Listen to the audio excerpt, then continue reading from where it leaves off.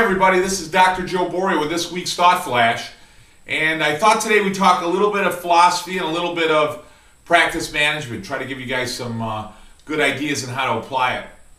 I cannot stress the importance of philosophy in the mind of the practitioner, the mind of the chiropractor. The philosophy really gives us the why, and I think the passion of what we do as chiropractors.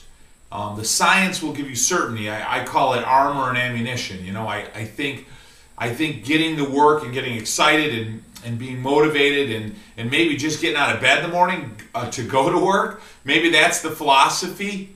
And that's where the passion, the excitement come from. But when you're at work, when you talk to people, when you communicate to people, when you are explaining things to people, not even the content of the information that you explain, but really your demeanor, your phrasing, your state greatly affects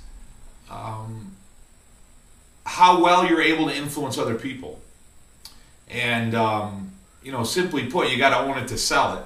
And we are in the field, if you will. Unfortunately, chiropractors are still in the field of selling chiropractic. I have a lot of guys call me, ladies call me, and say, you know, geez, I'm so sick of selling chiropractic. Well, I'm going to tell you straight out that don't be a chiropractor, because go be an orthodontist. You know, I always use that example in my seminars, because you know, a parent will bring their child to an orthodontist. I mean, they already did their tooth screening. You know, you don't see tooth screenings in the mall for kids. You know, and the orthodontist go, well, let me look at your teeth here. Let me put a scan on there. Let me put a camera in there. Here, let me do an impression. They don't do that. I mean, just as a simple parent, you can look at your kids and go, jeez, you know, they don't look so good. I need to go to an orthodontist.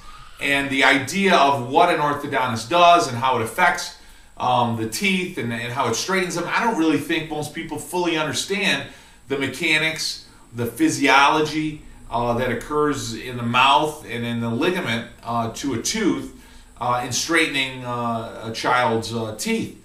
But they're 100% willing to go through the process for 2 or 3 years and spend $5,000 a whack to have their kids' teeth look good.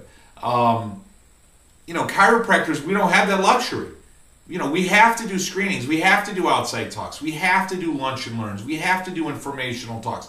You have to get out there and explain and educate, because we are in a very sick society, and the paradigm in which we operate, and I say we, I mean America, and an allopathic model has created one of the sickest societies on planet Earth in the history of mankind.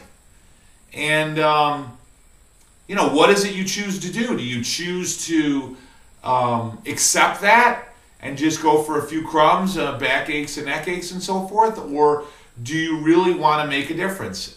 If you don't want to make a difference, that's okay. I mean, then that's your degree.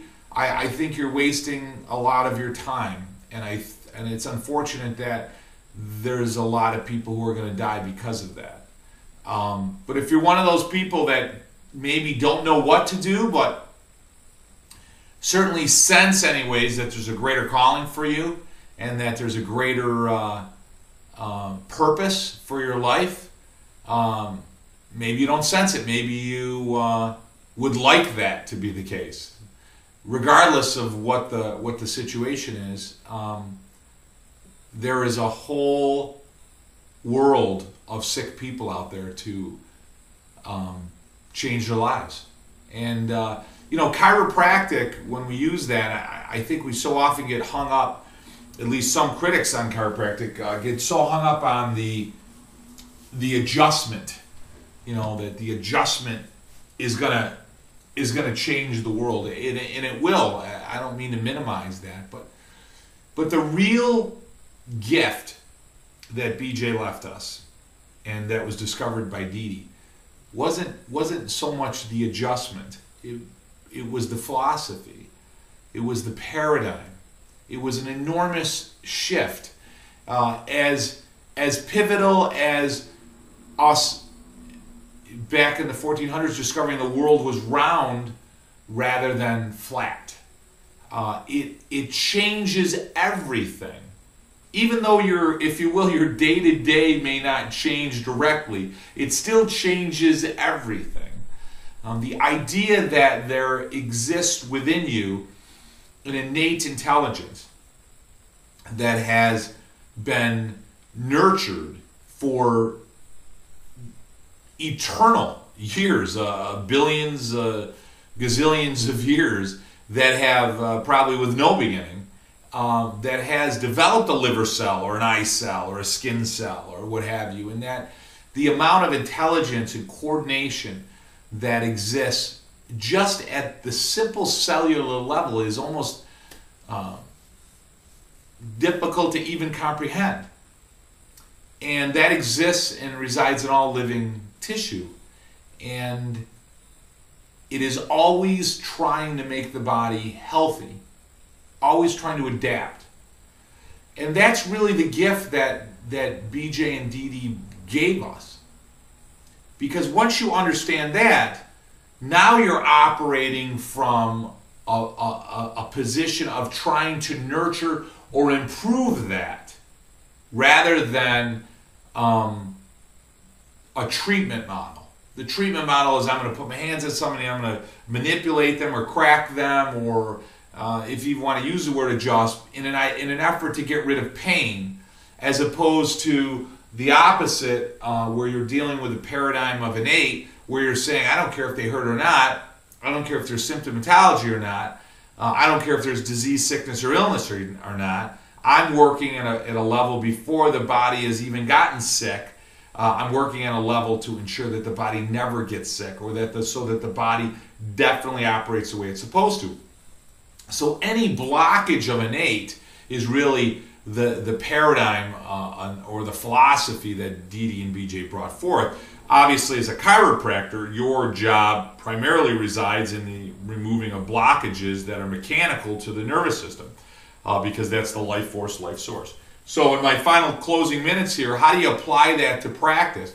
Well, first, read, as I've told you guys for years now, BJ, Dee Dee, Fred Barge, Life Without Fear, and Rob Sinnott's new book, which you talked about last week, which is on chiropractic philosophy. Really get around that. I love that Francis Boeing quote, where the body is not an organism, but an intelligence served by organs. I mean, that's BJ all the way. So knowing that, when you go into the office to adjust people, start speaking in terms that relate the body to an organ system.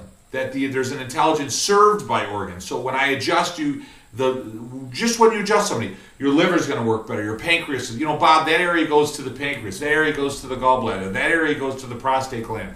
That area, whether they're hurting or not, isn't what your motivation is. You're going to adjust that area, and then you're going to tell them, Bob, that adjusted well. The nerves that go out of that vertebrae actually go to the pancreas, so that area is going to work better. Get in the habit of starting to talk in those terms. Get in the habit of starting to use words like significant, or that you're concerned, or that it's serious, that it's something that you and the member of your practice, patient, what have you, whatever your comfort level in describing people that come into your office, that they have.